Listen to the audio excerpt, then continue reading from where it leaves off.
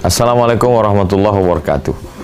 Jamaah dimanapun berada, saya sedang bersama dengan santri-santri penghafal Quran Pondok Pesantren Tahfiz Quran Az-Zahra.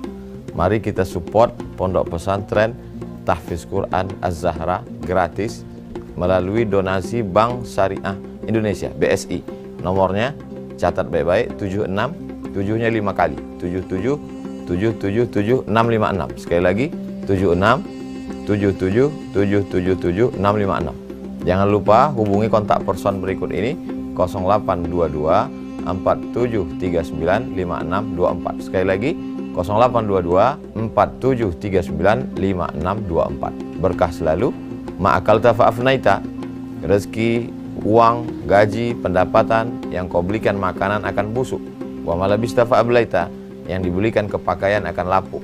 Wa mata saddaqta fa'amdaita, yang kau sedekahkan itulah yang akan kekal abadi menjadi amal bekal untuk hari esok. Berkah selalu. Assalamualaikum warahmatullahi wabarakatuh. Az-Zahra nahnu juz'un la yatajazza. Allahu Akbar.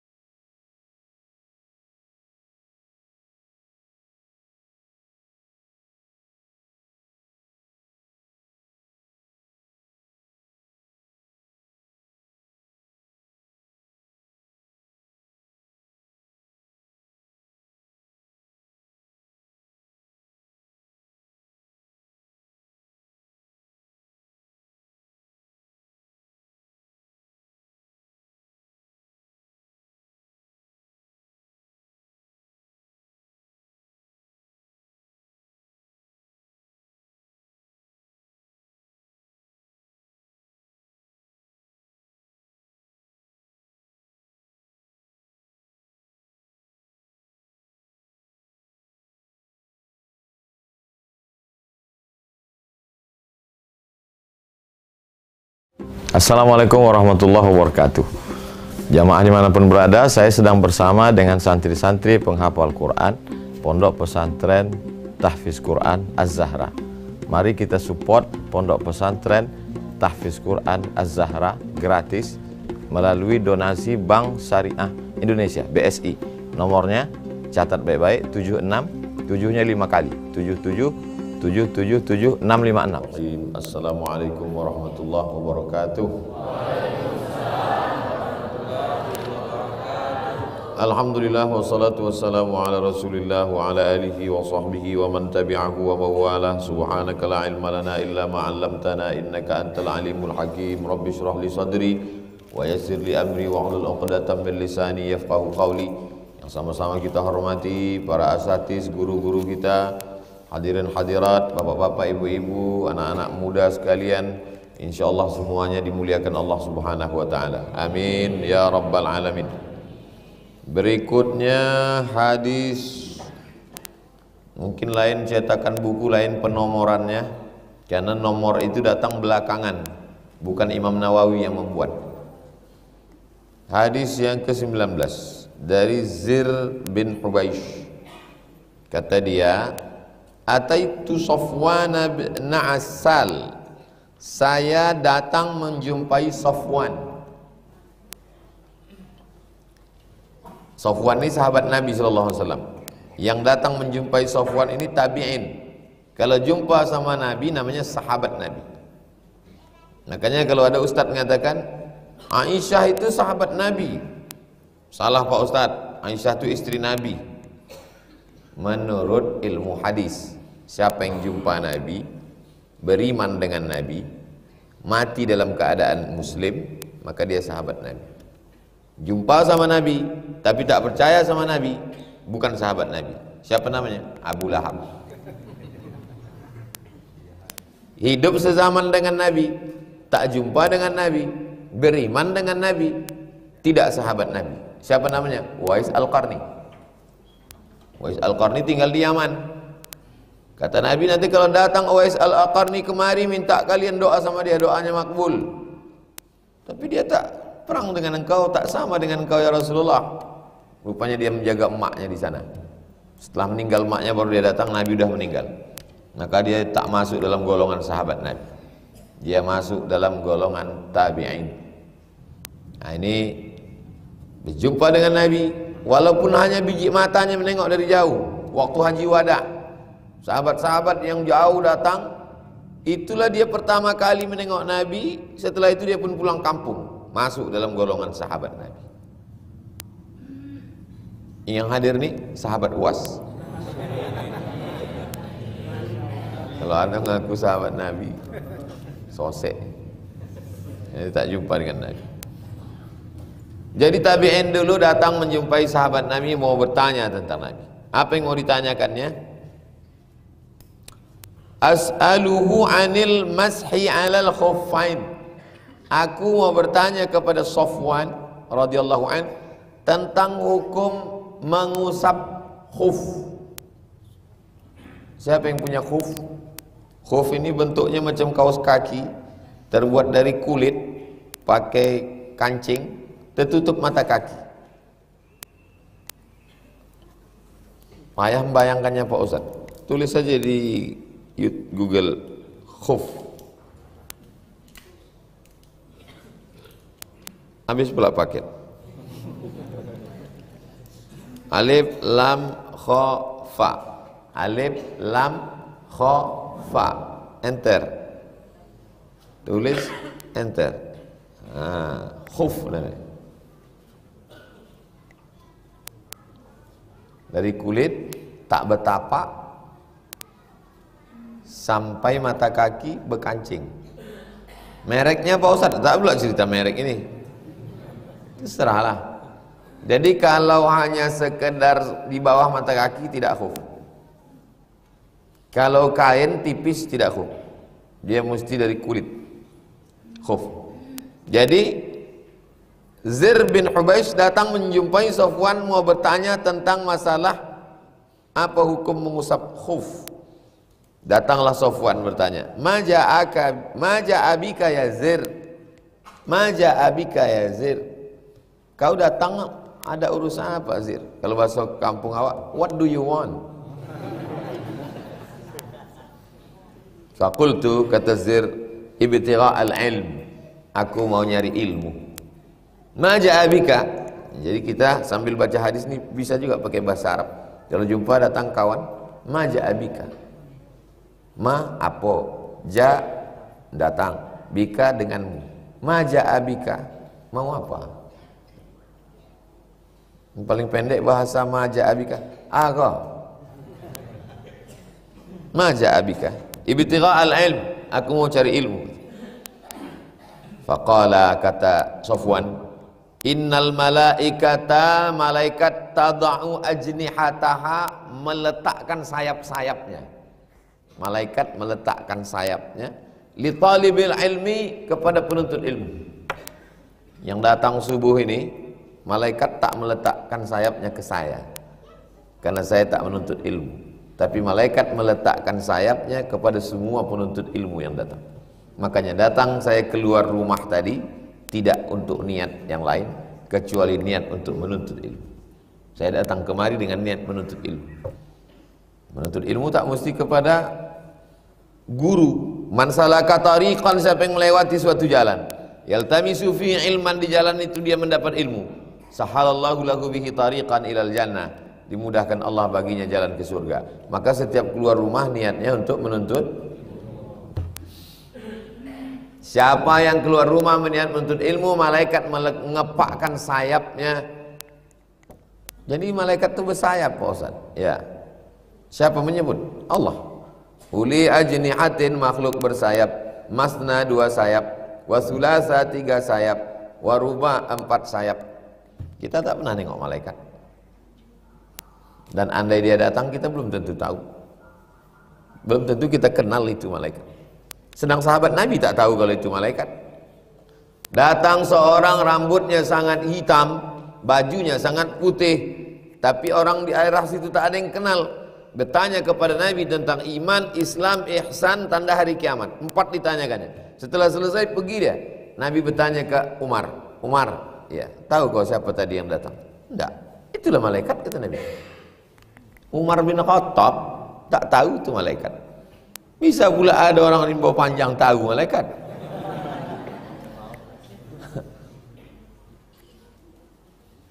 Datang malaikat maut menjumpai Nabi Ibrahim alaihissalam. Assalamualaikum. Waalaikumsalam. Nabi Ibrahim bertanya, man anta? Siapa engkau? Nabi Ibrahim tak tahu. Kata dia, ana malakul maut. Aku malaikat maut. Karena malaikat bisa berubah-ubah bentuknya. Waktu datang dia di Gua Hira memeluk Nabi Muhammad SAW, lain bentuknya. Waktu Nabi pulang duduk di antara langit dan bumi di atas kursi, lain bentuknya. Waktu jumpa, waktu Isra Mi'raj, lain bentuknya. Bisa dia merubah. Kita tidak dijumpainya dalam bentuk fisik, tapi dikepakkannya sayapnya ridha. Ridha artinya dia senang bima yatlub, senang menengok orang menuntut ilmu. Jadi kalau mau selalu disenangi malaikat, maka jangan pernah berhenti menuntut ilmu. Bangun subuh kemari dilindungi malaikat. Dari sini nanti ke kampus, begitu juga. Dari kampus nanti balik ke masjid, ke surau, ke langgar, ke musola, ke rumah. Dari rumah nanti pula pengajian asar, dari asar pengajian malam, dari malam pengajian, sampailah pulang tidur. Dan tidurnya pun dijaga malaikat, karena sebelum tidur itu membaca ayat kursi Allahu la ilaha illa huwal hayyul qayyum. Kalau dijaga malaikat, kenapa dia mati juga Pak Ustaz? Mati ini bukan masalah dijaga tak dijaga malaikat. Sahabat Nabi pun mati. Kita ingin supaya kita mati dalam keadaan husnul khatimah. Innahu qad hakka fi sadri, kata si Zir yang bertanya kepada Sofwan, ada sesuatu yang mengganjal di hatiku. Fi sadri, di dadaku. Dada sebelah mana? Kanan, kiri. Kiri, di jantung. Ustaz Saman, ada yang mau saya tanyakan ini. Kenapa? Ada yang mengganjal di hati saya. Apa yang mengganjal itu? Ring. Berarti tidak ditanam cincin dalam. Ada yang ingin saya tanyakan. Tentang apa? Al-mas'u 'alal khuffain. Bagaimana hukumnya mengusap khuf? Masih ingat khuf? Macam kaos kaki, terbuat dari kulit, tertutup mata kaki, tidak berlubang, tidak bertapak. Apa hukumnya mengusap khuf ba'dal ghaid wal baul? Ba'dal ghaid setelah BAB, ba'dal baul, baul ni sesudah buang air kecil. Wa kunta mar'an min ashabin nabi, engkau kan sahabat Nabi. Faji'tu as'aluka, karena kau sahabat Nabi, pernah hidup dengan Nabi, pernah berjalan sama Nabi, pernah belajar hadis ke Nabi, maka aku datang bertanya kepada engkau. Jadi kalau habis subuh tadi, habis berwuduk tadi, pakai, habis subuh tadi, habis wuduk tadi pakai khuf, maka boleh kalau kita mukim di sini sehari semalam. Dari mulai habis subuh tadi pakai khuf, khuf tadi tak dibuka sampai zuhur, sampai asar, sampai maghrib, sampai subuh besok. Nanti waktu zuhur berwuduknya siram muka, siram tangan sampai siku, usap kepala, usap telinga. Ingat, muka basuh, tangan basuh, tapi kepala sama telinga tak dibasuh. Muka basuh, tangan basuh, kalau kepala usap. Jangan bilang sapu. Kepala disapu gitu. Itu bahasa Melayu. Yang mendengar orang Jawa, disapunya kepala. Kepala diusap, telinga pun diusap. basahkan tangan, diusap. Kaki bagaimana? Kaki apakah dibasuh atau diusap? Kaki dibasuh. Tapi kalau awak pakai khuf tadi, maka kaki tidak dibasuh, tapi diusap. Anggap aja lah ini pakai khuf ya. Anggap sekarang ini pakai khuf. Setelah kumur-kumur, istinsya, masuk air ke hidung, basuh muka, basuh tangan, usap kepala, usap telinga. Pas giliran kaki, dibasahkan tangan. Setelah dibasahkan, diusap bagian atas. Anggaplah kaki saya ini ada khufnya. Jangan kalian khawatir, saya ini pakai celana panjang. Nah, diusap bagian atasnya. Tapaknya tidak, bagian atasnya jadi usap. Namanya mengusap khuf. Yang ditanyakan ya, kalau BAB atau buang air kecil, khuf ini perlu dibuka atau tidak?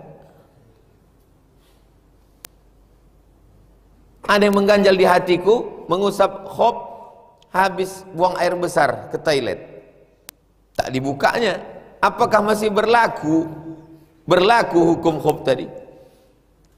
Kita mungkin di sini belum pernah pakai, karena memang kita tak perlu pakai khuf. Tapi kalau di Makkah, di Madinah, berangkat umroh bulan Januari, sedang dingin-dinginnya, tak pula ada air panas, maka pakai khuf ini yang paling enak, supaya kaki tak kena air.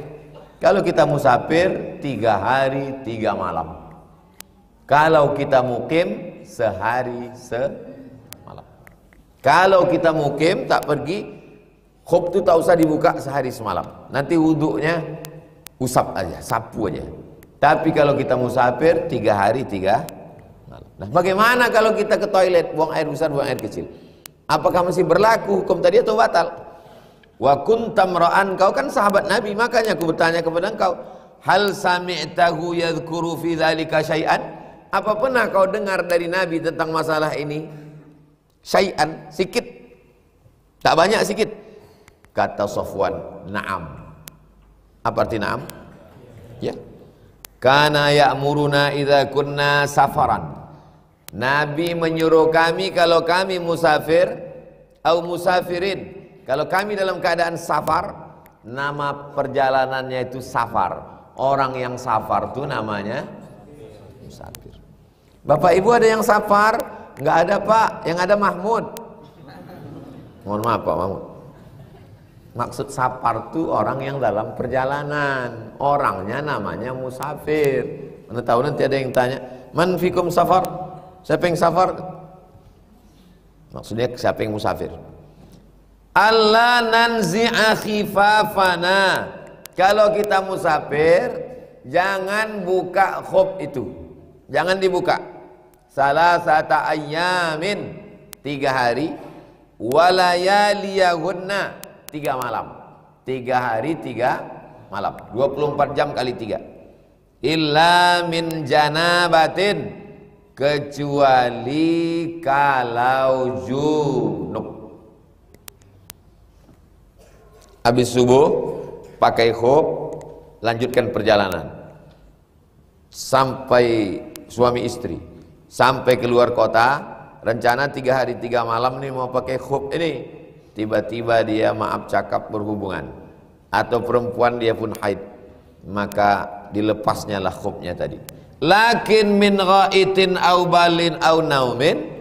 Tapi kalau sebabnya cuman karena 3, ghaitin, buang air besar, baulin, buang air kecil, naumin, tidur, maka tidak perlu dibuka dan berlakulah boleh mengusap khuf selama 3 hari 3 malam. Kalau pakai waw, khauf, takut. Khuf ini tak pakai waw, khuf. Wa amanahum min khauf, artinya takut. Tapi kalau yang sepatu khuf tadi disebut dia dengan khuf. Ustadz kami kuliah ke kampus, Lalu kemudian kami pakai kaos kaki. Bolehkah kami sapu aja, kami usap aja kaos kaki kami itu? Kok kampusnya menua pula tuh. Kan payah membuka kaos kaki ini, tebal, terikat-ikat dengan celana. Bolehkah kami usap? Kalau kaos kakinya sangat tebal, hampir-hampir menyerupai khuf dan fungsinya sama macam khuf, maka bisa disebut dia namanya masul jawrabain, mengusap jawrab. Jawrab kaos kaki tebal. Tapi kalau cuman kaos kaki tipis 5.500 tak berlaku hukum. Ragu-ragu Pak Ustadz, kaos kaki ini tebal apa tipis? Da'ma yuribuka ila ma la yuribuka. Apalagi di tempat kita. Tempat kita inilah cuaca yang paling enak. Bulan Januari, Desember, Januari, Mesir 5 derajat Celcius sampai -5. Sebelum ujian itu pergi ke kampus pakai sarung tangan, kaos, sarung kaki, baju. Pertama kaos dalam, yang kedua kaos panjang, yang ketiga kemeja, yang keempat jaket. Tahan seminggu tak mandi. Orang Afrika, orang Arab, tapi kita karena udah terbiasa dari kecil mandi, tetap juga mandi musim dingin. Kita karena udah dari kecil ini terbiasa mandi sehari 2 kali. Walaupun di luar negeri kalau tak mandi rasa berpasir badan. Tapi orang-orang itu enak aja deh, Mam. Saya satu asrama sama orang lah pokoknya. Tapi bukan orang kita. Mereka habis main bola, berkeringat, cucinya muka pakai anduk. Nah, tak tahan saya sekamar sama orang, bawa kepinding. Kalau udah bulan Agustus di Maroko, balik kampung lah ini anak-anak. Orang-orang yang dekat balik kampung. Saya orang Indonesia tak balik, ongkos mahal. Semua mahasiswa yang tak balik disatukan dalam satu asrama. Nasiblah takdir baik takdir buruk. Satu kamar 2 orang. Sekamarlah sama geng ini. Oh, sebulan ke kamar tuh cuman ganti pakaian aja, tak sanggup. Jadi yang paling bersih di dunia ini kita. Kita ini orang iklim tropis. Pagi mandi, siang mandi, sore mandi, malam mandi. Makan gitu juga, pagi makan, siang makan, sore makan. Badan tak bisa besar. Sampai orang Afrika, orang Arab tuh heran nengok kita mandi. Kok mandi? Orang kita ini paling bersih.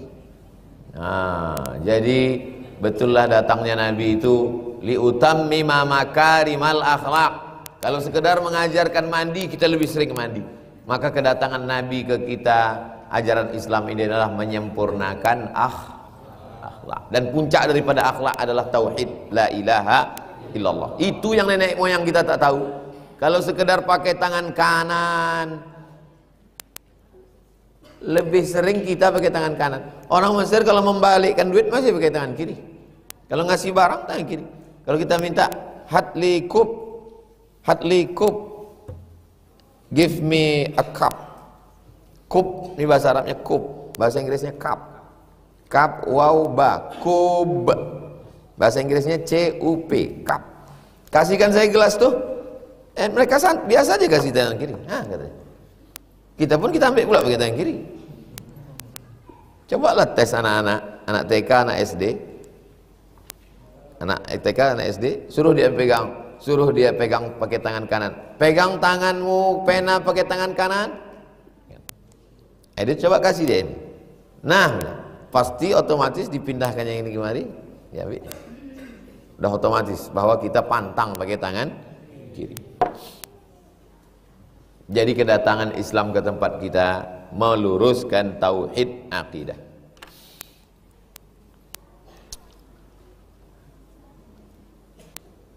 Buang air besar, buang air kecil, tidur tak perlu dibuka. Bagaimana kalau dibukanya? Batal. Kalau dibuka mesti siram. Tapi kalau dipakai hanya diusap saja. Siapa yang mau ngetes pakai khuf, balik dari sini cari khuf di Pekanbaru. Tempat jual jubah, tempat jual kurma, anggur, hadiah haji dan umroh, itu ada jual khuf. Yang punya khuf angkat tangan. Titip sama Ustadz, beliau akan pergi umroh. Tak belikan khuf. Titip pakai duit. Banyak orang titip ya Ustadz, iya. Fakultu, aku bertanya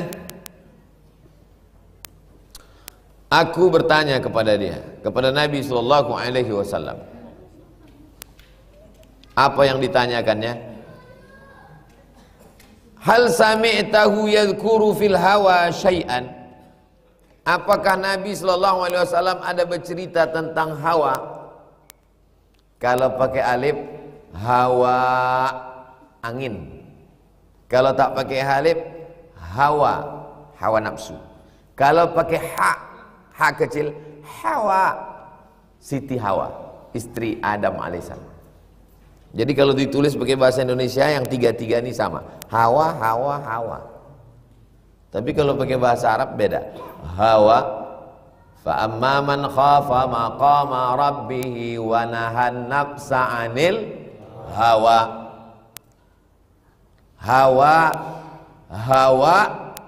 Hawa. Tiga-tiga itu beda. Kata Sofwan, na'am, ya. Kunna ma'a Rasulillah sallallahu alaihi wasallam fi safarin. Kami musafir sama Nabi. Fa baina nahnu indahu. Ketika kami sedang duduk-duduk sama Nabi,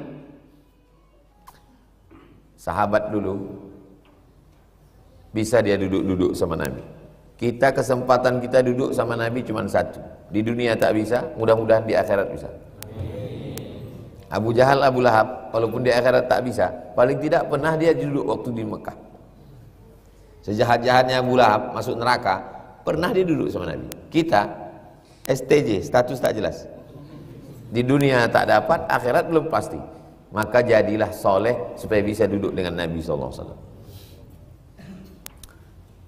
Fabaina nahnu indahu, waktu kami sedang duduk sama Nabi, idznadahu a'rabiyun, datanglah orang Arab Badui, bisautin lahu jahwariyun, suaranya kuat. Orang Arab Badui itu suaranya kuat. Kenapa suara orang Arab Badui itu kuat? Karena tinggal di gurun pasir, angin kencang. Ya Muhammad, beda sama kita. Di rimbo panjang angin tak terlalu kencang. Ya Muhammad, bang. Jadi kalau ada istri bapak manggil, oh bang, nah, itu orang Arab Badui. Ya Muhammad, fajabahu Rasulullah sallallahu alaihi wasallam nahwan min sautihi. Nabi menjawab ke arah suara itu. Kata dia. Ya. Faqultu lahu. Maka kata Safwan, waihak, orang Arab Badui, waihak. Waihak itu secara bahasa artinya celaka engkau. Tapi kalau ini apanya kamu nih? Nah gitulah, pengingkaran. Kenapa suaramu melengking? Ughdud min sautik, rendahkan suaramu. Tak sopan ke Nabi. Sampai turun ayat, la tarfa'u aswatakum fawqa sautin nabi. Jangan kalian bersuara di atas suara Nabi. Memang orang Arab, jangankan orang Arab Saudi, jangankan orang Arab zaman jahiliyah, yang sekarang pun mahasiswa Indonesia kalau pertama baru-baru sampai di Mesir mengango mendengar orang. Kami mahasiswa baru sama abang-abang dari Riau. Terkejutlah kawan saya ini mendengar orang Arab jago. Kata kawan saya, itu baru berbisik. Macam berkelahi dia, macam berkelahi. Dan kita pun di Indonesia ini tak sama. Beda antara orang Sumatera dengan Jawa Barat. Kalau orang Jawa Barat itu pelan, kakinya mbak. Kalau tepi Jawa kakinya. Kalau kita enggak, amat mato. Jadi antar sesama kita pun di Indonesia ini beda. Nah, ini memang udah kebiasaan. Jadi kalau jumpa kita ada orang bicara gitu, jangan kita tersinggung. Mungkin daerah dia lain, macam saya lah. Kalau mendengar ceramah saya ini jamaah tersinggung, saya memang udah begini bunyinya dari dulu. Apalagi kalau mikrofon itu mantap, makin kuat. Waihak, ughdud min sautik, rendahkan suaramu. Fa innaka indan Nabi SAW. Kau kan dekat Nabi, kenapa pula kau bersuara kuat-kuat? Wa qad nuhita an hadza, kau dilarang. Mana larangannya? La tarfa'u aswatakum fawqa sautin Nabi. Jangan bersuara di atas suara Nabi. Faqala wallah la aghdud. Kata orang Arab Badui, wallahi demi Allah, la aghdud. Demi Allah tak bisa aku turunkan lagi kata. Emanglah degil. Faqala la aghdud. Kau dilarang, aku tidak Qala al-Arabi, al-mar'u yuhibbul qaum. Rupanya dia mau bertanya. Dia mau bertanya ke Rasulullah. Apa kata dia? Al-mar'u yuhibbul qauma. Ada orang cinta kepada kaum. Arti kaum itu lebih dari 2 orang. Kalau satu namanya al-mar'u. Kalau 2 orang, 3 orang itu sudah disebut dengan kaum. Wahai kaum, ya kaum, wahai kaumku. Kita cuma dengar suaranya. Dia berada di dalam kelas. Terus dia bilang, ya qaumi, wahai kaumku. Gitu kita masuk kelas tengok, rupanya 2 orang. Kau bilang tadi kaum. Bayangan kita kaum itu satu kaum ramai. Rupanya 2 orang pun bisa dibilang kaum. Al-mar'u yuhibbul qaum. Ada seseorang mencintai sekelompok orang. Misalnya saya mencintai sekelompok orang, ini kaum. Saya cinta kepada kamu semua, kaum. Lalu kemudian walamma yalhaq bihim, apakah nanti di akhirat dia bisa bersama dengan orang yang dicintainya itu? Orang Arab Badui ini bertanya. Qala Nabi sallallahu alaihi wasallam, Nabi menjawab, saya cinta kepada antum. Tapi saya bukan tinggal di sini. Saya hanya sekedar cinta saja. Tapi saya tak tinggal di sini. Apakah nanti di akhirat kita bisa bersama? Nabi yang menjawab tadi. Qala Nabi SAW, Nabi menjawab. Apa kata Nabi? Al-mar'u ma'aman ahabba yaumal qiyamah. Orang akan bersama dengan siapa yang dia cintai nanti pada hari kiamat. Walaupun di dunia ini tidak tak jumpa, walaupun tak satu suku, walaupun tak satu sekolah, walaupun tak satu level, man ahabba, tapi kalau dia cinta, kata Nabi, Nabi menjamin, almar'u, seseorang, ma'aman ahabba, dengan siapa yang dia cintai pada hari kiamat. Hadis ini beberapa teks bunyinya. Satu teks pertama begini bunyinya. Ada satu teks lagi, Nabi sedang duduk-duduk, datang orang Arab, datang orang berkulit hitam, dipeluknya Nabi kuat-kuat. Kata Nabi, kenapa kau peluk aku? Aku tak yakin bisa bersama dengan engkau nanti di akhirat ya Rasulullah. Karena aku hamba sahaya, aku miskin, aku budak, kulitku hitam, amalku tak banyak. Nabi jawab mirip macam ini. Apa kata Nabi? Al-mar'u ma'aman ahab. Orang akan bersama dengan siapa yang dia cintai. Saya berharap kalau antum masuk surga, saya juga ikut dengan antum semua.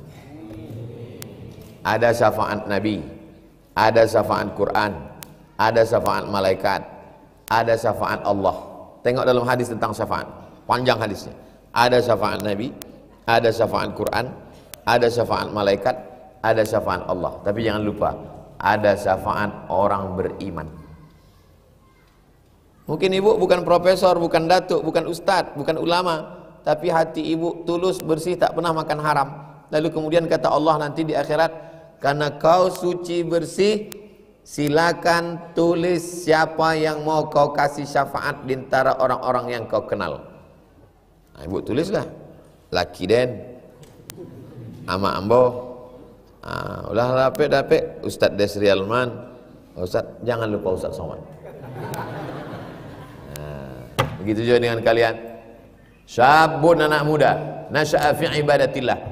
Anak muda sibuk sakau, anak muda sibuk pacaran, anak muda begadang sampai tidurnya menjelang azan subuh, begitu azan baru dia tidur. Bangunnya setelah asar. Tapi kalian anak muda datang jauh-jauh kemari, bukan senang perjalanan kemari nih, jalannya pula berlubang-lubang, lewat kuburan pula. Berapa banyak yang udah mau ikut pengajian pas lewat kubur takut balik-balik.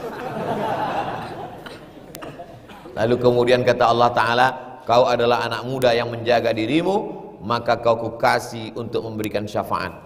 Kalian kasih syafaat. Siapa? Calon yang nggak jadi nikah. La ilaha illallah. Yang kasih syafaat itu dulu mak ayah awak. Mak, ayah, datuk, nenek, abang, adik, bini, guru, saudara. Kalau kalian masih ingat dengan saya, buat situ Abdul Somad. Jamaah ini pun begitu juga datang ke saya. Ustaz Somad, tatap saya baik-baik. Nanti kalau saya masuk neraka, tolong kasih saya syafaat. Kok yakin kali masuk neraka? Kita ini mesti yakin bahwa kita masuk. Tapi jangan karena keyakinan kita masuk surga lalu orang lain masuk neraka. Itu yang tak betul. Potongan yang pertamanya udah betul, yang keduanya tak betul. Kita mesti yakin bahwa kita masuk surga, tapi jangan yakini orang lain masuk neraka.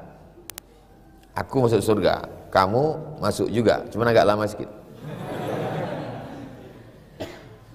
Almar'u ma'aman a'ab, orang akan bersama dengan siapa yang dia cintai. Famazala yuhaddisuna, Nabi terus menasihati kami. Hatta dzakara baban minal maghribi masiratu ardihi aw yasiru rakib fi irdihi 40 aw 70 aman, sampai dia menyebutkan satu bab perjalanan orang 40, 40, 70, 60 tahun. Dia menceritakan tentang fil maghribi masiratu irdihi, ada suatu tempat yang luasnya kalau orang berjalan 40 sampai 70 tahun. Ini makna ini tidak bisa dipahami secara tekstual. Maksudnya tempat itu luas. Kalau ada bunyinya begitu, ini di perjalanan cahaya 500.000 tahun. Itu maksudnya perjalanan itu jauh. Tempat itu kalau kita berjalani jalan, maka luasnya 40.000 tahun perjalanan. Maksudnya tempat itu adalah jauh. Kenapa? Karena zaman dulu tidak ada kilometer. Kalau zaman sekarang berapa jaraknya? Ya sekitar 5 kilo lah. Kalau orang zaman dulu yang belum tahu meteran, datuk-datuk kita dulu, jauh sampai awak ke sungai. Kalau awak beko naik sampan jauh, oh sebatang okok lah.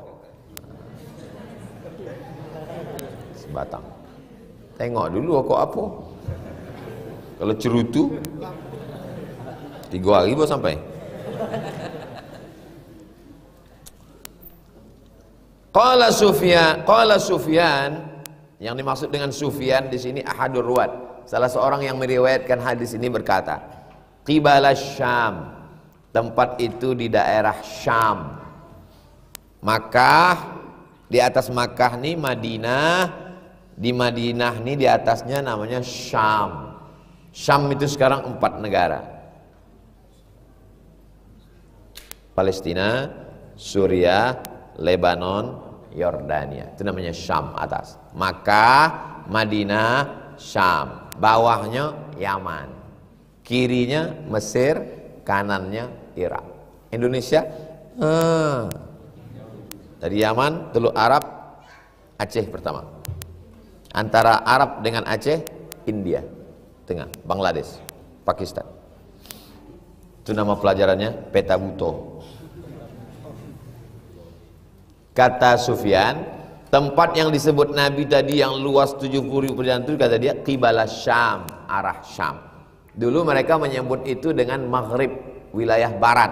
Setelah Islam ini luas sampai ke Maroko, yang disebut dengan Maghrib itu adalah Tunisia, Aljazair, Maroko, Mauritania, Andalusia. Itu disebut Maghrib. Maghrib artinya wilayah tenggelam matahari. Orang Arab menyebutnya maghrib. Saya kalau kenalan sama orang, aina darasta? Kamu dulu belajar di mana? Darastu fil maghrib. Saya belajar di maghrib.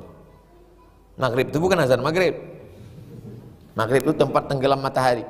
Orang barat menyebutnya Morocco. Diambil dari kata Marrakesh, nama kota di sana. M-O-R-O-C-C-O, Morocco. Saya buat dulu nama blog, Somad Morocco. Khalaqahullahu ta'ala yauma khalaqas samawati wal ard. Allah menciptakan tempat itu pada saat Allah menciptakan langit dan bumi, maftuhan, open, terbuka, maftuh, terbuka, litaubah, terbuka untuk taubat. La yughlaqu hatta tatlu'asy syamsu min, terbuka untuk bertaubat, tidak pernah tertutup sampai terbit matahari. Apakah kita mesti pergi datang ke tempat itu baru bertaubat? Tidak. Makna kiasan bahwa Allah membuka pintu taubat. Luasnya seluas apa? Seluas satu hamparan. Kalau kita berjalan di atas hamparan itu 40 sampai 70 tahun. Tentu kita berpikir, naik apa? Sesuai jawaban Bikers Subuhan lah, dia pakai motor. Merek apa? Kecepatannya berapa kilo? Makanya ini kalau tidak dipahami, kalau dipahami secara letterlik, nanti sibuk dengan ini sehingga substansinya hilang. Dulu orang kalau bercerita tentang anjing Ashabul Kahfi, yang diambilnya pelajaran bahwa walaupun seekor anjing kalau berkhidmat kepada orang soleh, maka dia tetap masuk surga. Makanya di antara anjing yang masuk surga, anjing Ashabul Kahfi. Tapi zaman sekarang orang berpikir anjingnya merek apa?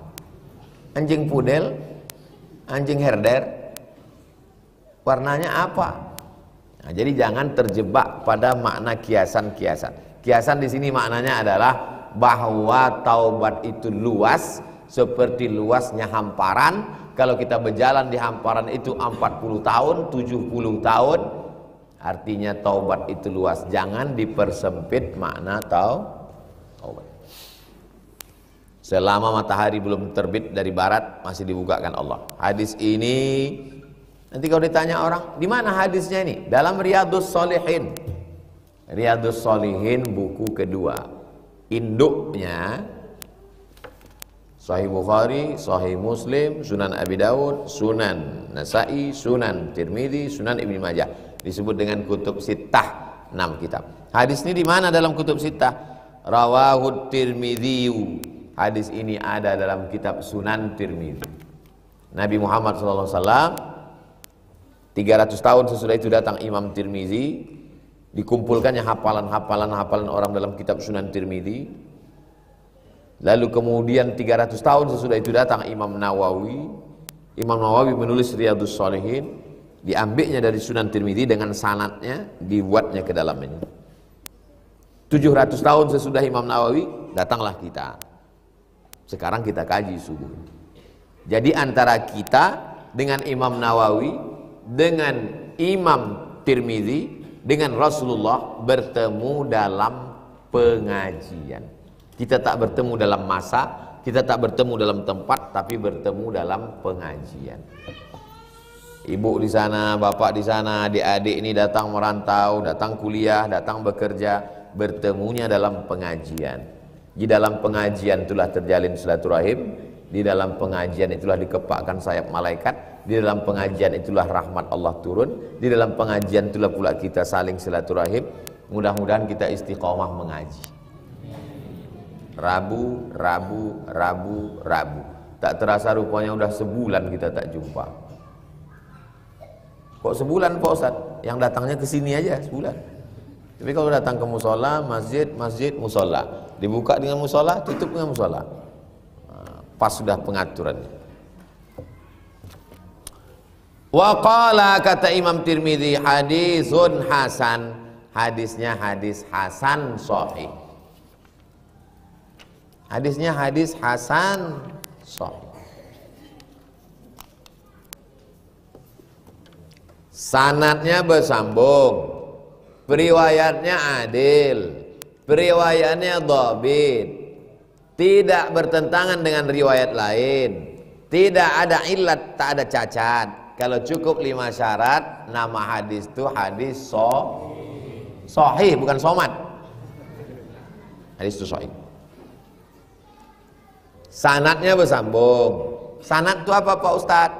Dari mana kau ambil hadis nih? Dari Imam Bukhari. Imam Bukhari ngambil dari siapa? Dari Imam Abdullah bin Maslamah. Imam Abdullah bin Maslamah dari siapa? Dari Imam Malik. Imam Malik dari siapa? Dari Abu Zinad. Abu Zinad dari siapa? Dari Al-A'raj. Al-A'raj dari siapa? Dari Abu Hurairah. Abu Hurairah dari siapa? Dari Nabi. Jelas itu namanya sanad. Jangan lupa ya, besok kita ada pengajian. Jelas sanad kau nih. Dari mana sanadnya? Dari grup WhatsApp. Oh iya.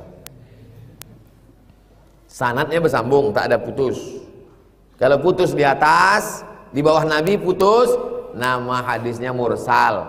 Kalau putus di bawah, nama hadisnya mu'allaq.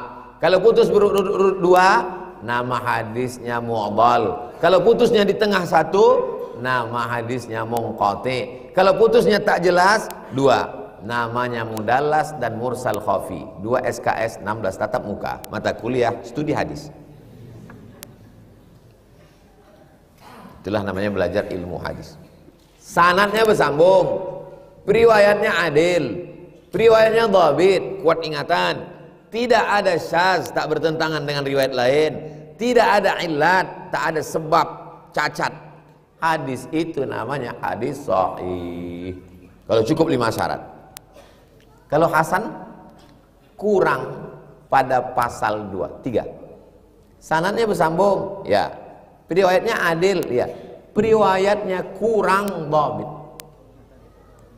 Ingatannya kurang, bukan tak ingat sama sekali. Kalau tak ingat, dhaif.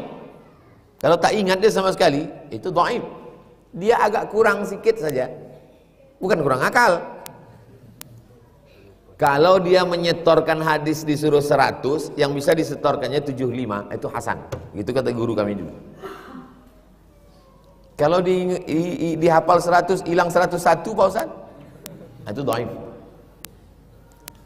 1, 2, 4, 5 cukup dia. Cuman kurang di dhabit, maka hadisnya namanya hadis hasan. Yang jadi masalah ditulis di sini hadisun hasanun sahih. Kalau sahih sahih aja lah, kalau hasan hasan aja. Kenapa pula udah hasan sahih lagi? Ini penjelasannya kalau ditanya orang nanti. Sebetulnya antara hasan dan sahih itu ada huruf wa. Apa arti wa? Dan. Hadis ini hadisnya hasan dan sahih. Loh, kok bisa satu hadis hukumnya 2? Karena ternyata sanadnya banyak.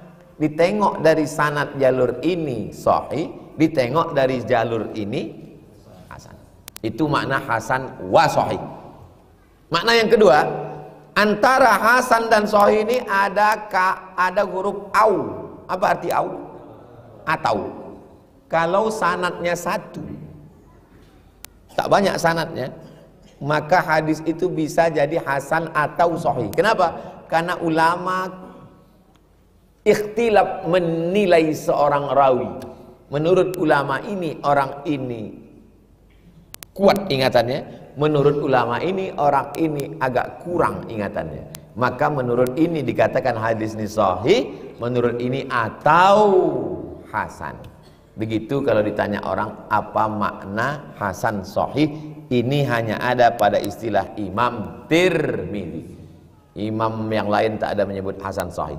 Kalau hasan hasan aja, kalau sahih sahih aja. Ini istilah Imam Tirmidzi. Jadi kita belajar 2, belajar hadis dan belajar ilmu hadis. Hadis hasan, hadis dhaif, hadis maudhu, hadis munqati, hadis mu'dhal, hadis mu'allaq, hadis marfu, hadis maqtu. Itu namanya pelajaran ilmu hadis. Membacakan matan hadis, menjelaskannya, itu namanya belajar hadis. Jadi kalau di kampus ada 2 mata kuliah, kuliah ilmu hadis dan kuliah hadis. 16 tatap muka, potong mid semester, potong pertemuan pertama, potong dosen tak datang karena asap, potong karena macet, akhirnya itulah yang dicukup-cukupkan. Kita tidak pakai pertemuan-pertemuan. Pokoknya khatam kitab ini insyaallah. Amin. Kita kaji semua. Lewat pula jam 6 lewat 5. Mana kertas-kertas pertanyaan? Udah sudah jam 2 lewat 30 udah.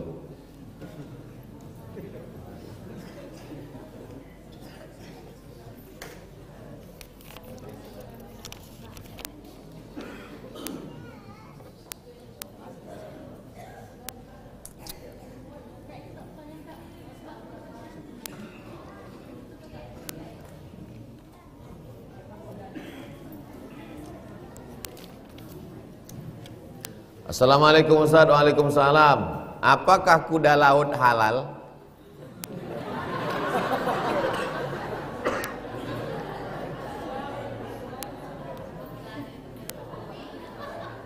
Mazhab yang paling ketat dalam masalah hewan, mazhab Hanafi. Mazhab yang paling ketat dalam masalah hewan adalah mazhab Hanafi. Yang halal cuman ikan saja. Saya satu asrama sama orang Bangladesh, India, Pakistan. Saya masak kerang. Pas kasih kerang sama kepiting, tak mau dia. Karena kata dia yang halal cuman ikan. Mazhab yang paling longgar dalam masalah hewan, paling longgar, mazhab Maliki. Mazhab Maliki itu yang haram cuman anjing sama babi. Lain daripada itu makruh. Makanya kalau kalian pergi ke Maroko, nanti jangan heran di pinggir-pinggir toko ada jual namanya escargot. Jangan bayangkan escargot itu dingin, hangat, sup. Sup apa? Sup bekicot. Yang pertengahan dalam masalah hewan, mazhab Syafi'i. Mazhab Syafi'i, kalau dia tidak menjijikkan, kalau dia macam ikan bernapas pakai insang, kalau dia tidak hidup di dua alam, maka dia halal. Tapi kalau dia hidup di dua alam, hidup dia di air, hidup juga di darat, dan kemudian pula dia tak bernapas pakai insang, lalu kemudian dia menjijikkan, harama alaikumul khaba'is, diharamkan pada kamu yang menjijik-jijikkan. Kalau kena 3 pasal, maka dia haram. Saya sampai sekarang belum pernah makan kuda laut lagi. Ikan tembakul. Ikan tembakul tak bisa dimakan karena tahan dia di darat. Sama macam buaya. Ada buaya laut, ada buaya darat. Ikan tembakul ini kalau kita pergi ke tepi laut, berjalan dia macam katak. Bisa dia hidup di atas, bisa dia hidup di dalam. Itu maka tak ada orang kita makan ikan tembakul. Kepiting Pak Ustaz, kepiting terbagi 2. Ada yang di air saja, tak bisa hidup di darat. Biasanya yang kepiting bakau, yang besar-besar yang diikat tangannya berotot, mahal itu biasanya. Nah, itu tahan dia. Makanya sebagian mazhab Syafi'i tak mau makan itu, karena tahan dia di 2 alam. Ustadz, saya bolak-balik makan itu. Kepiting yang besar sepiring tuh. Banyak itu di Aceh Singkel. Yang pernah ngasih saya paling besar seingat saya Aceh Singkel. Lebih besar pula kepiting itu dari piringnya lagi. Duduk kami satu meja. Sebelah kiri saya bupati, sebelah kanan dandim, tentara, di depan Polres. Saya kasih bupati, tak mau. Saya kasih dandim, tak mau. Saya kasih Polres, tak mau. Habis saya makan sendiri. Rupanya orang bertiga ini takut kolesterol. Saya bilang ini tak ada kolesterolnya Pak. Kolesterolnya ada nanti waktu cek di rumah sakit. Apa doanya Pak Ustadz? Baca doanya. Bismillahirrahmanirrahim, la yadurru ma'asmihi syai'un fil ardi wala fis sama'. Kalau sudah kusebut nama Allah, tak ada yang bisa memudaratkan di bumi maupun di langit. Jadi kalau kami makan tidak kena kolesterol, tak ada jaminan, saya bilang. Kita hanya berdoa aja, sesuatu serahkan pada Allah. Takut mereka makan. Jadi kalau dia kepiting hanya di laut saja, maka menurut mazhab Syafi'i halal. Nanti kalau bapak ibu tengok saya makan kepiting yang tahan di bakau, kepiting bakau yang warnanya agak coklat ke hijau tua, maka sesungguhnya saya sedang pakai mazhab Maliki. Kenapa? Kebetulan gratis. Boleh rupanya kita dalam hal kepiting pakai mazhab Maliki, sembahyang pakai mazhab Syafi'i? Boleh, karena berbeda qadiyah. Yang tak boleh itu mencampur mazhab dalam satu ibadah. Tak boleh. Dalam masalah makan kepiting, mazhab Maliki. Dalam masalah sembahyang, mazhab Syafi'i. Bang, kita beli kepiting nih ya bang, kata istri nanti pas belanja di pasar bawah. Haram. Tapi kata Ustadz makruh bang, karena pakai duit abang. Itu bukan mazhab Maliki, bukan mazhab Syafi'i. Itu namanya mazhab bakhil.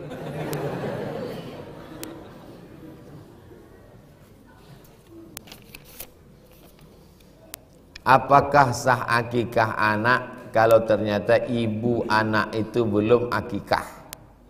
Karena ada sebagian orang di daerah saya terlantar akikahnya karena ibunya belum akikah. Tak mau berkurban. Pas ditanya, bapak enggak kurban? Saya belum akikah. Anak tak diakikahkan. Pas ditanya, kenapa anaknya tak akikah? Karena emaknya belum akikah. Ini semua ini orang yang pakai cakap macam ini tak mau berkurban karena belum akikah, anak tak akikah karena emak belum akikah, anak tak akikah karena ayah tak akikah. Dua kemungkinan. Yang pertama jahil, tak mau belajar. Yang kedua pelit, tak mau keluar duit. Kalau dia jahil kita ajar, tapi kalau pelit tak ada obatnya, mati aja lah. Orang pelit ini tak ada obatnya, mati baru hilang.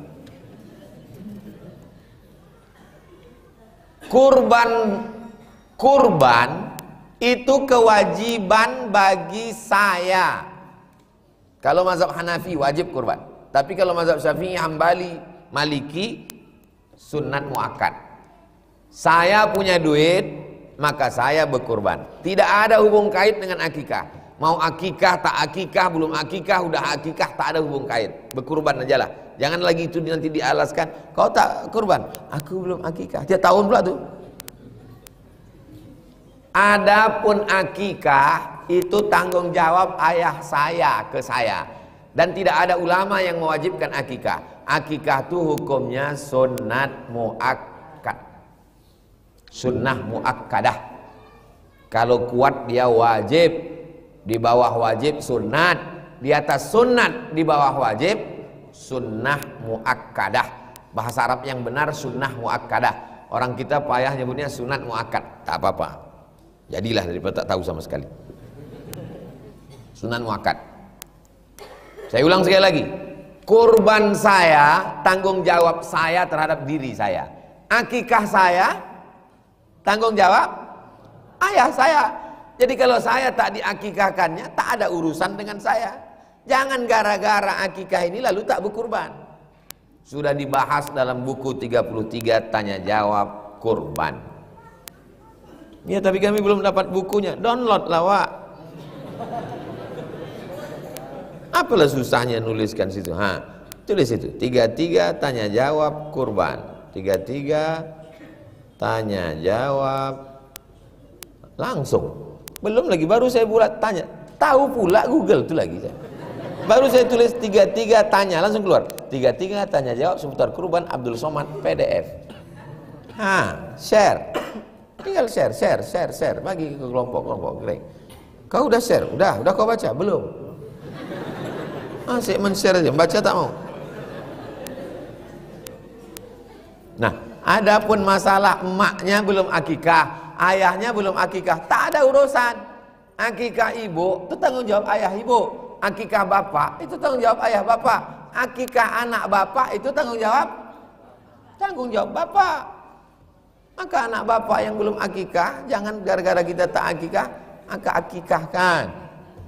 Pak Ustadz kami ini dulu waktu kecil belum akikah, susah di kampung. Jangankan mau motong kambing, makan ayam aja cuma 2 kali. Kalau tak ayam tuh kami sakit, ayam tuh sakit.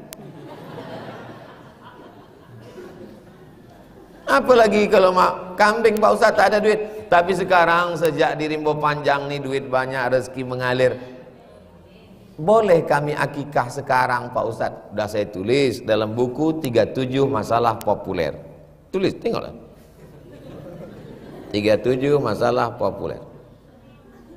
Atau di blog, tulis saja Somad Morocco, SOMAD akikah. Enter. Keluarkan handphonenya semua. Tulis di situ di Google tuh SOMAD, jangan spasi, langsung MOROCCO. Udah? SOMAD spasi akikah pakai Q. Akikah. Udah? Dapat? Enter. Kapan ditulis Abdul Somad itu? 24 Agustus 2012. Sekarang udah 10 tahun yang lalu, guys.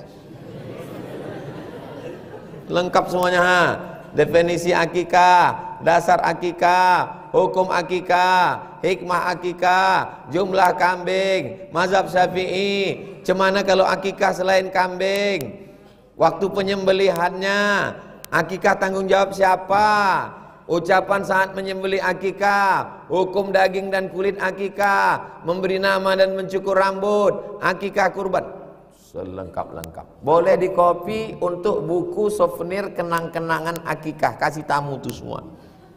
Kalau ada duit cetak, kalau tak ada duit tanya nomornya, share. Bolehkah kami akikah Pak Ustadz? Umur kami udah 40 tahun. Boleh. Dalam buku 37 masalah populer, lengkap mazhab Syafi'i. Boleh akikah setelah dewasa. Siapa di antara bapak ibu nih mau akikah balik ini, insya Allah datang saya jam berapa, siapkan gulanya, datang kami.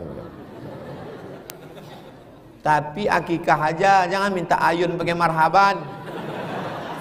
Nanti datang kami jam 11, marhaban ayanur. Tengok ibu tuh duduk.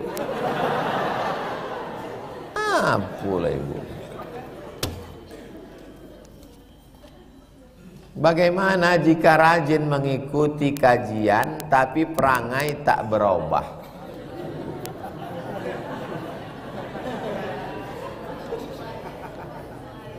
Man salatuhu, siapa yang rajin sembahyang, lam tamna'hu anil fahsya wal munkar, tapi dia tak berubah, falam yazdad illa bu'dan, dia makin jauh dari Allah Ta'ala. Kita tak tahu siapa yang dapat haji mabrur, kita tak tahu siapa dapat Lailatul Qadar, kita tak tahu siapa dapat tobat nasuha, tapi ciri-cirinya ada. Apa ciri-cirinya? Berubah. Saya tak mau sebelum dengan setelah baca Riyadhus Shalihin tak ada berubah. Alhamdulillah Ustaz Somad, setelah setahun mengkaji Riyadhus Shalihin, jamaah makin banyak ke masjid. Amin. Ada tetangga saya pelit, Pak Ustaz, sesudah Riyadhus Shalihin ini berubah. Dulu kalau menyiapkan duit sedekah 2.000, begitu ngaji Riyadhus Shalihin 2.500.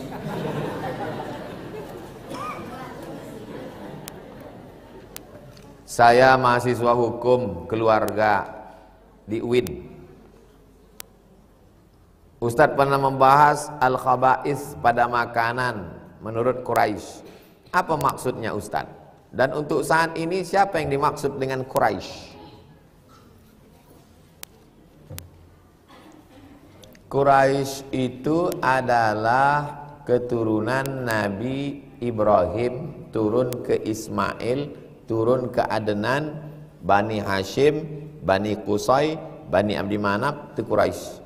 Muhammad SAW, anak Abdullah, anak Abdul Muttalib, anak Hashim, anak Abdi Manaf, anak Qusay. Cucu cicitnya ini adalah Quraisy. Nabi Muhammad punya anak namanya Fatimah Zahra. Fatimah punya anak laki-laki namanya Sayyidinal Hasan, adiknya Sayyidinal Husain. Sayyidinal Husain punya anak laki-laki namanya Sayyidina Ali Zainal Abidin. Sayyidina Ali Zainal Abidin punya anak laki-laki namanya Sayyidina Muhammad Al-Baqir. Sayyidina Muhammad Al-Baqir punya anak laki-laki namanya Sayyidina Ja'far Shadiq. Ja'far Shadiq punya anak laki-laki namanya Sayyidina Ali Al-Uraidi. Ali Al-Uraidi punya anak laki-laki namanya Muhammad An-Naqib. Muhammad An-Naqib punya anak laki-laki namanya Sayyidina Isa. Sayyidina Isa punya anak laki-laki namanya Sayyidina Ahmad bin Isa, gelarnya Al-Muhajir. Kenapa dia disebut Al-Muhajir? Al-Muhajir karena dia hijrah dari Baghdad ke Yaman, makamnya di Tarim, Yaman.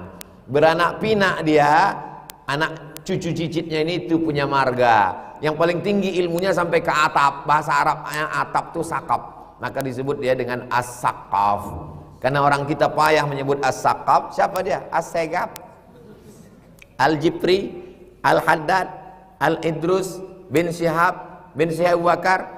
Karena kita cinta kepada datuknya, cinta juga kepada cucunya. Cinta itu bahasa Arabnya hub. Orang yang dicintai namanya Habib, maka kita menyebutnya Al-Habib. Salah satu Al-Habib keturunan Nabi tadi datang ke Siak. Anak Sultan Siak ini ada yang cantik, perempuan namanya Tengku Embung. Dinikahkanlah Tengku Embung sama Habib tadi. Nama Habib itu Habib Utsman bin Syihab. Menikahlah Utsman Syahabuddin dengan Tengku Embung. Lahirlah anak cucu Sultan-Sultan Siak. Yang terakhir Sultan Syarif Qasim. Pertanyaannya, di manakah makam Tengku Embung dan Habib Utsman Syahabuddin? Di samping Masjid Senapelan Pasar Bawah, Beb. Kok bisa orang Pekanbaru tak tahu? Kami tak orang Pekanbaru, Pak Ustadz, kami Rimbo Panjang, betul. Jadi itu dimaksud. Jadi kalau ada orang bertanya sekarang, masih ada Quraisy itu zaman sekarang? Ada. Dari mana kita tahu Quraisy? Nanti kalau ziarah ke makam Habib Utsman Syahabuddin, tertulis di dinding itu keterangan bahwa Utsman Syahabuddin adalah Habib, ini nasabnya, dan dia bermarga Banahsan dari bin Syihab. Yang mengeluarkan itu siapa? Kantor di Jakarta namanya Rabithah Alawiyah, Ikatan Keturunan Habib Zuriat Nabi Muhammad SAW. 3 hari yang lalu saya dapat video, ada orang bersorban mengaku Habib, jumpa sama Habib asli, dibuka sorban, pukulnya botak, bohong, gitu. Nah itu tentang, wa harrama alaihimul khaba'is, diharamkan bagi kamu yang menjijikkan. Diharamkan yang menjijikkan menurut siapa? Ketika terjadi ikhtilaf dalam mazhab Syafi'i, Imam Syafi'i, ya, ini yang diharamkan menjijikkan, ya. Menjijikkan menurut siapa? Kata Imam Syafi'i, menjijikkan menurut orang Quraisy. Contohnya gini, turun hujan. Begitu turun hujan, di mana ada lampu terang, maka datanglah itu, apa namanya? Laron. Datang laron. Kita jijik menengok laron, betul? Tapi ada orang menengok laron itu disiapkannya tepung beras. Untuk buat apa? Nah, itu yang suka peyek laron. Nah, pertanyaannya, apakah laron itu haram? Bingung. Bagi yang jijik haram. Saya kalau dikasih peyek laron, thank you lah. Saya pergi ke Pelalawan, berjalan kaki 2 jam masuk ke hutan-hutan tanah hitam yang tenggelam kita sampai sepinggang, gambut. Dikasih orang itulah sepatu sampai ke lutut. Ustadz, nanti kita di dalam itu nanti lumpurnya dalam. Nanti Ustadz pakai ini ya lah, rupanya sepinggang. Naik awak tegak, tinggal sepatu itu dalam. Sampai ke dalam, dilemparlah tali pancing ke atas pakai batu, dipanahkan. Lalu turun tali pancing itu, ditarik tali besar, panjang tali itu 100 meter. Kalau panjang talinya 100 meter, menyambung ujungnya ke sini, berapakah letak sarang tawon? Sarang lebah 50 meter. Naiklah yang orang tuh, saya di bawah aja. Naik ke atas, sampai ke atas, dicincangnya lah sarang tawon, sarang lebah. Jatuh ke bawah, ditampung pakai kain. Ternyata di dalam sarang-sarang lebah itu ada anak-anak lebah. Saya menengok anak lebah itu merinding, tapi ada orang yang menengok anak lebah itu keluar ilionya. Kenapa? Sudah disiapkan kelapa dan daun kemangi serta kunyit, mau dibuat pepes anak lebah. Pertanyaannya, apa hukum makan pepes anak lebah? Kalau jijik haram, kalau tak jijik sodap. Nah, ketika dalam mazhab Syafi'i ditanya, jijik menurut siapa? Jijik menurut Quraisy yang zaman dulu. Bukan Quraisy yang udah makan sambal belacan asam podeh bau. Quraisy yang asli dulu. Ketika terjadi ikhtilaf, ini jijik, kata ini tidak jijik. Karena jijik ini adalah like and dislike. Jijik ini bukan sesuatu yang baku. Jijik menurut ini belum tentu jijik menurut ini. Saya sudah kasih contoh 2 dalam kasus laron dan anak lebah. Jelas? Itu enaknya kita ngajar mahasiswa ini. Paham ya? Maaf Ustadz, melenceng, membelok pun tak apa-apa.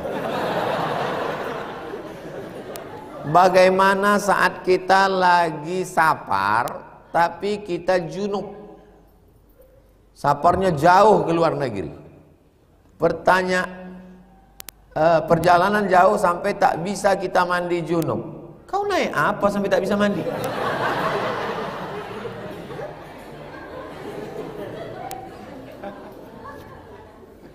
Saya berangkat dari Pekanbaru ke Jakarta. Dari Jakarta naik pesawat sekali terbang ke Qatar, karena saya naik pesawat Qatar Airlines. Dari Qatar naik pesawat lagi turun transit Tripoli. Pekanbaru ke Jakarta, Jakarta Qatar, Qatar Tripoli Libya. Dari Tripoli baru sampai Darul Bayda, Casablanca, Maroko. 24 jam. Perjalanan paling jauh 24 jam. Sampai tak bisa mandi. Oh, maksud dia misalnya di perjalanan itu mimpi. Mimpi, maaf cakap, mimpi basah dia di perjalanan. Lalu kemudian dia tak bisa mandi. Anggap ajalah begitu agak-agaknya. Kan? Sampai tak bisa mandi. Apakah kita hanya mengqadha? Bagaimana sholat kita yang tak bisa sholat selama dalam perjalanan itu? Transit tak bisa, mandi tak bisa. Orang yang tak cukup alat bersuci, maka 3 mazhab. Menurut mazhab Hanafi, tidak wajib dia sholat. Selama dia di pesawat itu dia tak wajib sholat. Kenapa? Karena debu tak ada, air tak ada. Kalau dia berwudu ke toilet, ternyata semua isi penumpang tuh begitu isi kepalanya. Ada 300 orang, tenggelam pesawat tuh. Maka air tak ada, debu tak ada, tak cukup alat bersuci, maka menurut mazhab Hanafi tak wajib sholat, karena tak cukup alat bersuci. Mazhab Hambali, dia sholat tanpa wudu, maka dia sholat saja. Masuk waktu zuhur dia sholat, masuk waktu asar dia sholat. Mazhab Syafi'i, ketika masuk waktu sholat itu dia sholat, tapi nanti setelah sampai di tujuan dia sholat lagi. Sholat yang kedua itu namanya sholat i'adah. Sholat itu ada 3. Pertama adaan, yang kedua qadaan, yang ketiga i'adah, diulang. Kenapa sholatnya yang di pesawat tadi diulang? Karena tidak cukup syarat sah sholat mesti suci. Kenapa dia tetap sholat di pesawat itu? Karena tak boleh waktu itu kosong dari mengingat Allah. Sholatnya di pesawat itu namanya sholat lihurmatil wakti. Di antara 3 mazhab tadi, Anda condong kemana? Kalau saya condong ke Syafi'i. Kenapa? Seandainya saya pakai mazhab Hanafi, saya tak sholat. Ternyata sholat itu wajib, saya berutang di hadapan Allah. Seandainya saya pakai mazhab Hambali, saya sholat. Ternyata sholat itu tidak sah, karena tidak sah wudunya. Seandainya saya pakai dua mazhab ini, saya tetap punya utang. Yang paling selamat saya pakai mazhab Syafi'i. Kenapa? Dihormatil waktunya dapat, dan sholat itu tetap sah, karena nanti akan i'adah diulang. Jelas kehebatan mazhab Syafi'i? Hati-hatinya tinggi, ihtiyat, tingkat kehati-hatiannya tinggi. Satu lagi Ustaz. Apa pula satu lagi? Banyak lagi. Apakah kita mandi junub wajib dengan syarat-syaratnya atau hanya berniat dan membersihkan seluruh tubuh saja? Beli fikih yang paling simple, 50.000 harganya. Kalau naik bukan tanggung jawab saya. Mana tahu bensin naik, buku naik. Tulis ya, screenshot, kirim ke grup-grup. Nama bukunya Fikih Islam Sulaiman Rashid. Dia orang Lampung, dapat gelar Azhar, ijazah Azhar tahun 1935. 10 tahun sebelum Indonesia merdeka dia udah tamat Al-Azhar. Namanya Syekh Sulaiman Rashid. Nampak? Bukunya hijau, merah, kuning. Beli Sulaiman Rashid. Ini fikih yang paling rendah, supaya kita bisa membedakan mana rukun, mana syarat, mana wajib, mana sunat muakkad.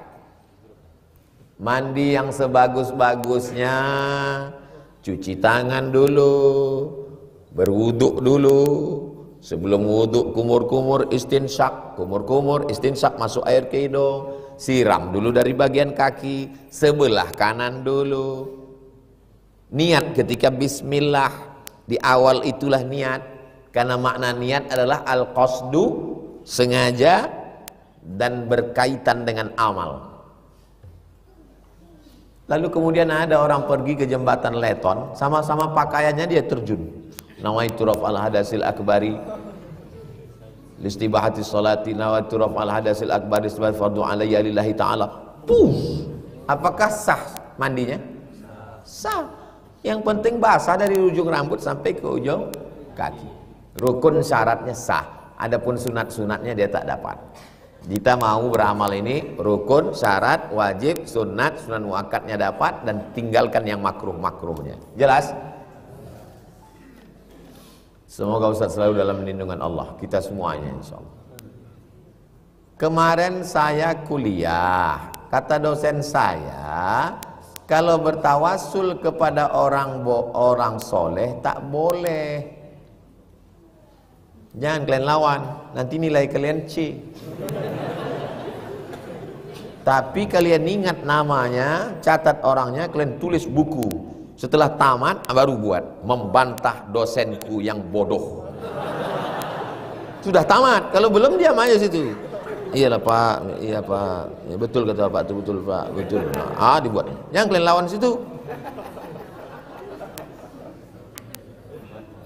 Kasihkan ke dosen kalian tuh bukunya. Ditulis oleh ahli hadis sedunia. Namanya Syekh Abdullah bin Siddiq Al-Ghumari. Musnid dunia ini cuma dua di zaman modern. Satu dari timur, satu dari barat. Yang dari barat, dari Maghribi namanya Syekh Abdullah bin Siddiq Al-Ghumari. Yang dari timur namanya Syekh Muhammad Yasin bin Isa Al-Fadani. Bergelar Musnidud Dunia. Hafal dia hadis-hadis itu, dan dia mengatakan bertawassul dengan Syekh Abdul Qadir Al-Jilani, dengan Bahauddin An-Naqsyabandi, dengan Syekh Abdul Hasan Asy-Syazili, dengan Syekh Muhammad Abdul Karim Samman, dengan ulama-ulama, orang soleh, wali-wali Allah. Bertawassul itu adalah hukumnya baik.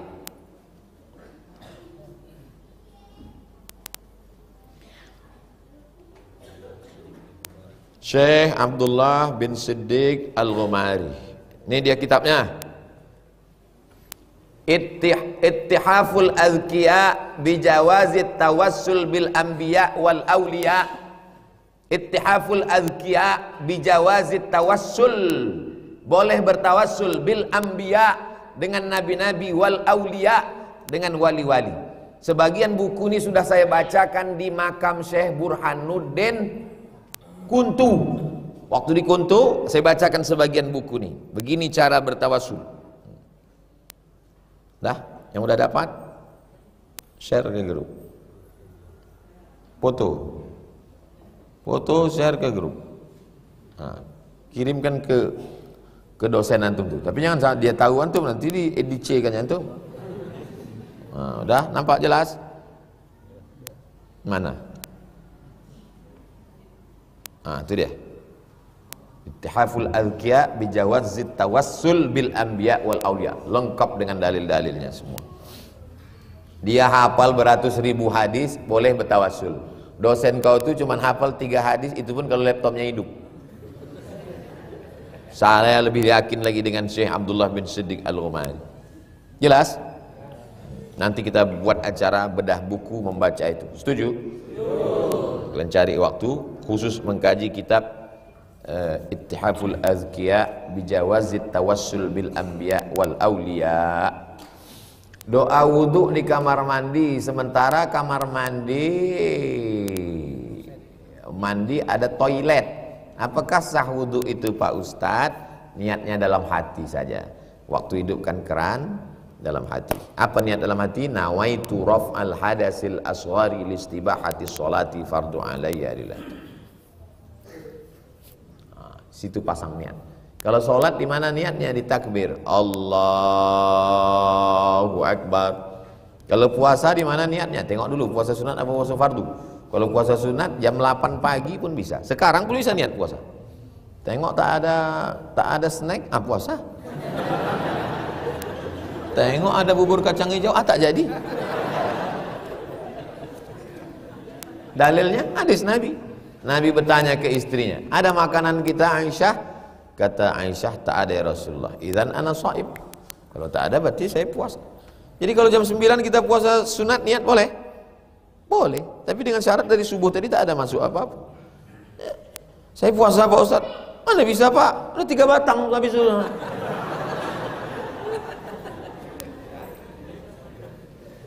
Apa doa yang paling mustajab agar suami mau sholat?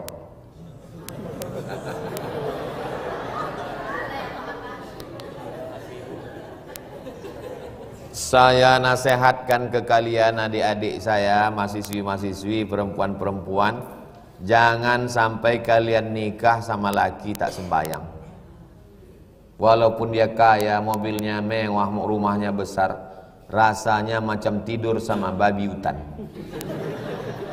Itu jamaah sendiri yang cerita ke saya. Penanggungan perempuan laki tak sembahyang.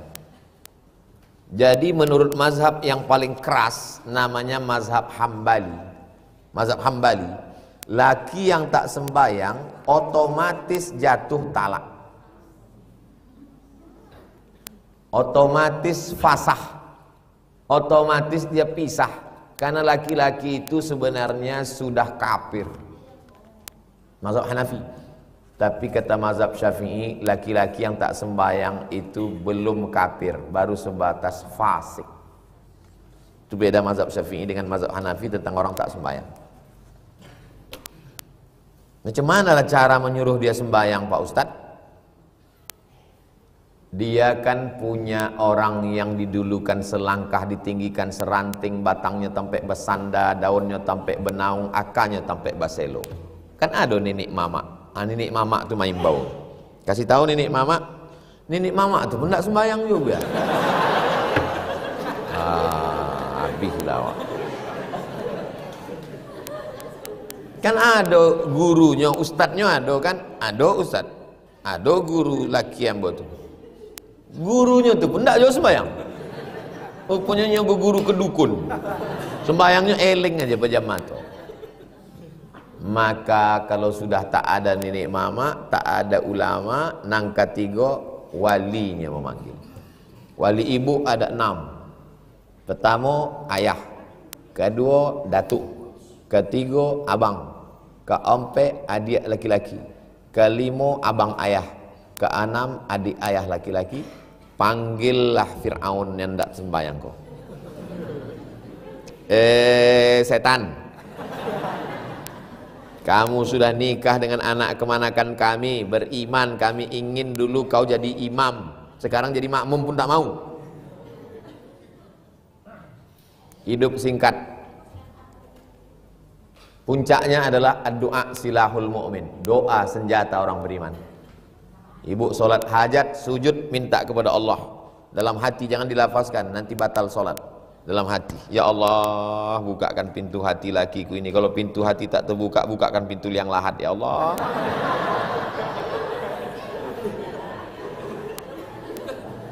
Habis, kalau sudah doa habis sudah. La haula wala quwata illa billah. Tunggu aja lah malaikat maut datang. Mudah-mudahan malaikat maut kabarnya tak lama lagi sampai, karena udah di simpang Arengka. Apa yang harus saya lakukan untuk menagih gaji saya yang sudah 6 tahun tak dibayarkan bos? Total gaji saya puluhan juta. Saya minta tak mau dibayar full oleh bos. Jadi dibuatlah seorang perempuan artis berdiri di atas pentas. Berdiri di atas pentas, dinaikkan 3 kelompok. Namanya ujian psikologi. Kelompok pertama naik memuji, oh cantiknya. Naik kelompok kedua mulai memegang, hidungnya mancung ya, pipinya ya. Kelompok yang ketiga naik mulai menarik-narik rambut, mencakar dan menempeleng. Apa pelajaran dari tes psikologi ini? Bahwa kalau kita tidak bersikap, orang akan menginjak-injak kita. Itu pelajarannya.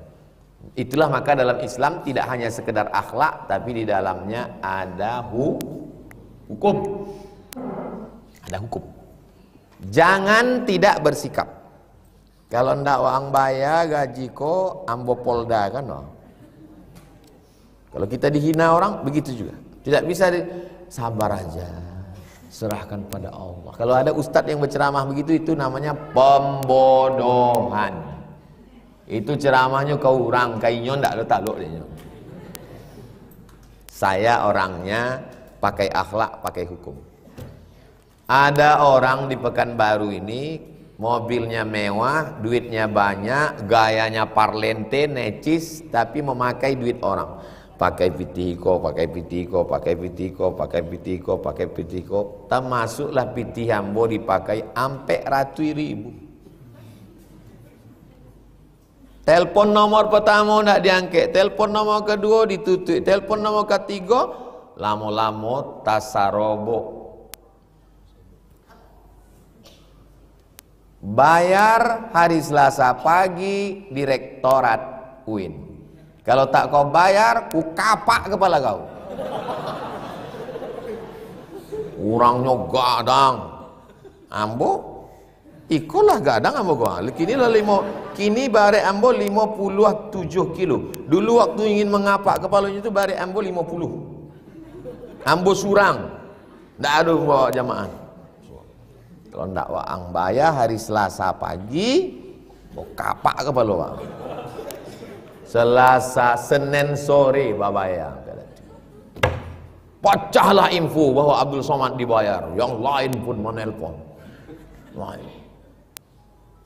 Gua adang kawan kau, angkat naik juga, iyo, bara 3 juta ke sini. Guru Diman 1. Kok bisa dapat 3 juta? Nah, itulah, bak acaranya, ambo kita tahu jurusnya. Kalau ndak orang bayar, mau kapak ke bawah. Ndak taluk dia ambo. Terserahlah ni, ambil sini. Habislah. Saya bertamu ke rumah orang di Bogor, ditulisnya besar di depan rumah, meminjamkan uang ke orang menambah musuh. Ambo foto di depan itu, ambo upload ke Instagram. Minjamkan orang menambah musuh. Maka kalau ada orang minjam ke ambo lagi 100.000, 200.000, indah usah dibayar, pakai saya lah. Tapi jangan lecu bolu pagi kok.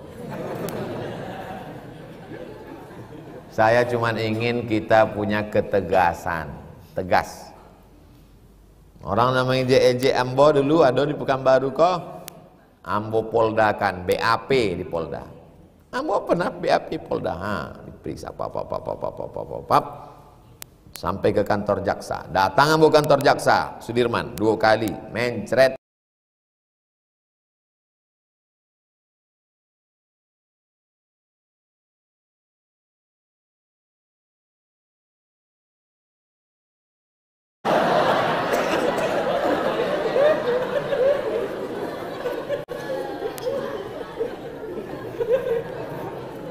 Jamaah berinfak di masjid itu untuk bayar listrik, untuk pembangunan. Pisahkan antara rekening infak dengan wakaf. Wakaf tak boleh habis.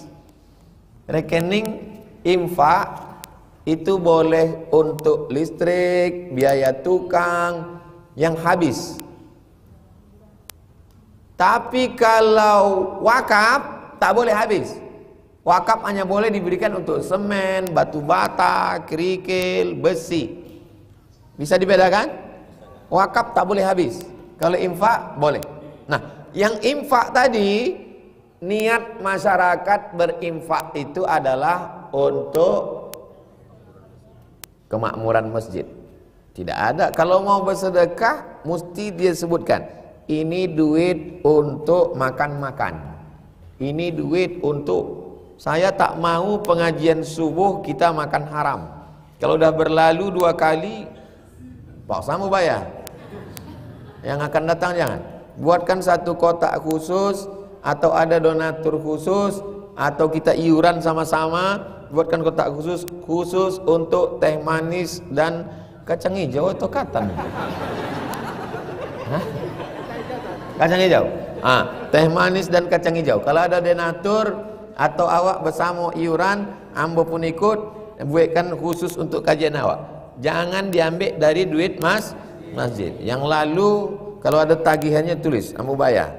Udah 2 kali. Rabu dulu dengan Rabu Iko. Rabu akan datang, jangan dibuat lagi. Jelas? Iko terpanjang.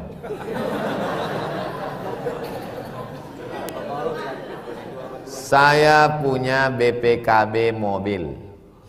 Surek Oto itu BPKB namanya. Saya ingin menggadaikannya ke bank. Mau merenovasi rumah di kampung. Sebenarnya rumah itu masih layak huni dan masih jauh dari kata tak layak. Cuma bagian dapur dan teras belum direnovasi. Karena saya tahu pinjaman itu riba, maka saya dan saudara yang lain menolak. Selain itu kami takut nanti kami tak sanggup bayar angsuran.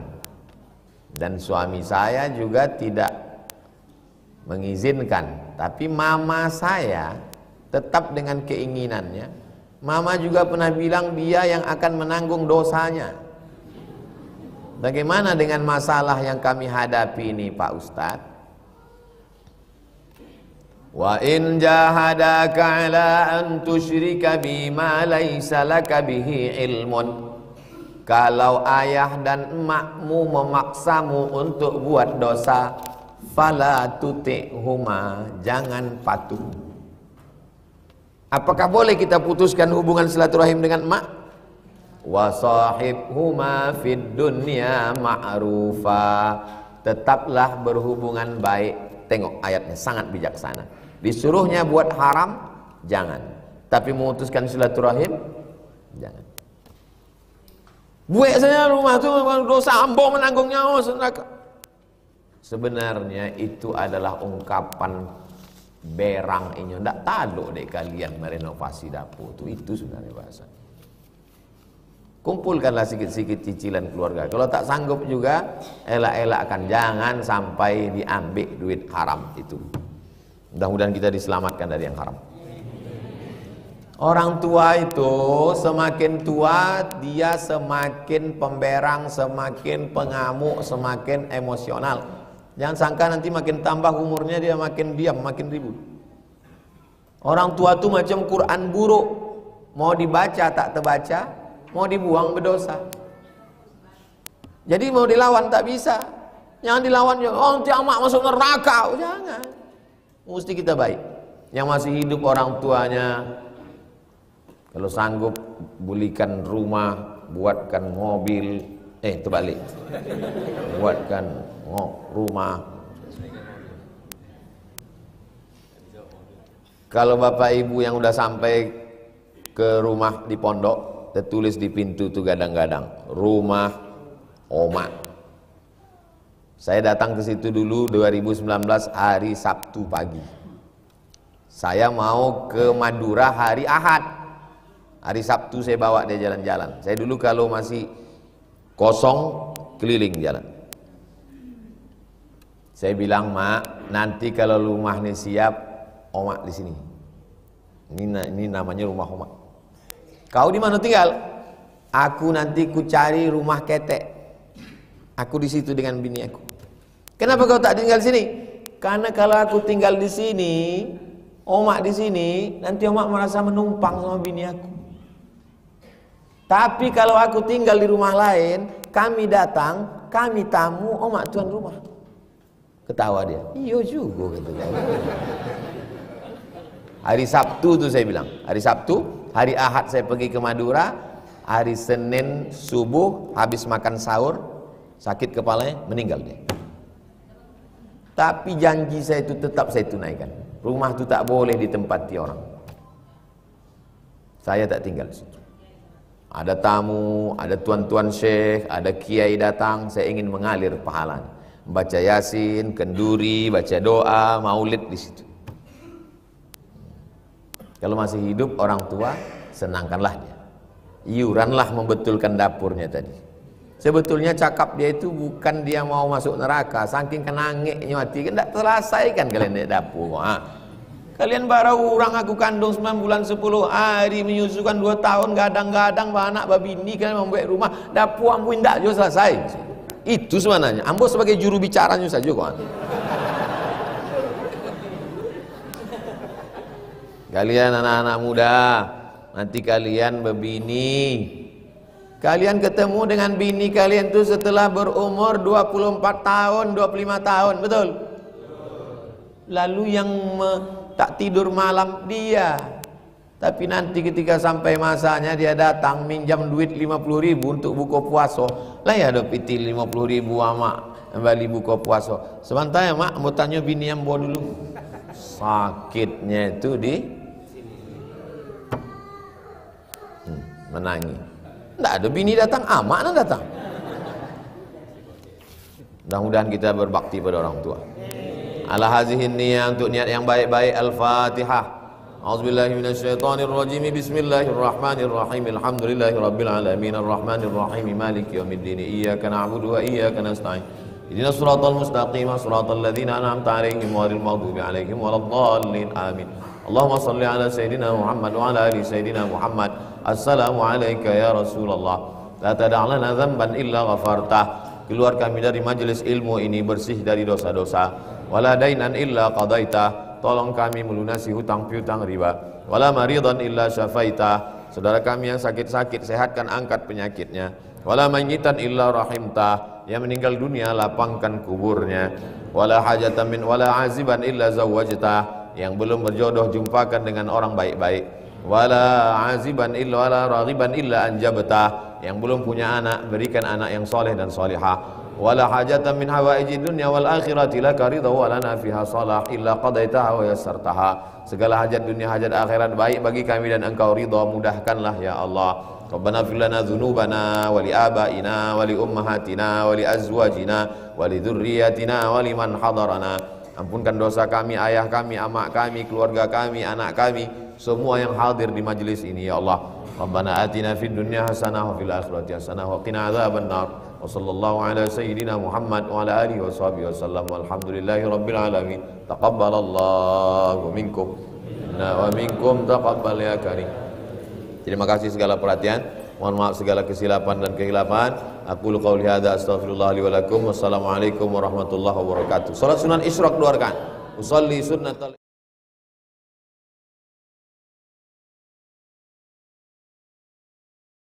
lagi 76 77 777 656. Jangan lupa hubungi kontak person berikut ini 0822 4739 5624. Sekali lagi 0822 4739 5624. Berkah selalu, ma'akalta fa'afnaita.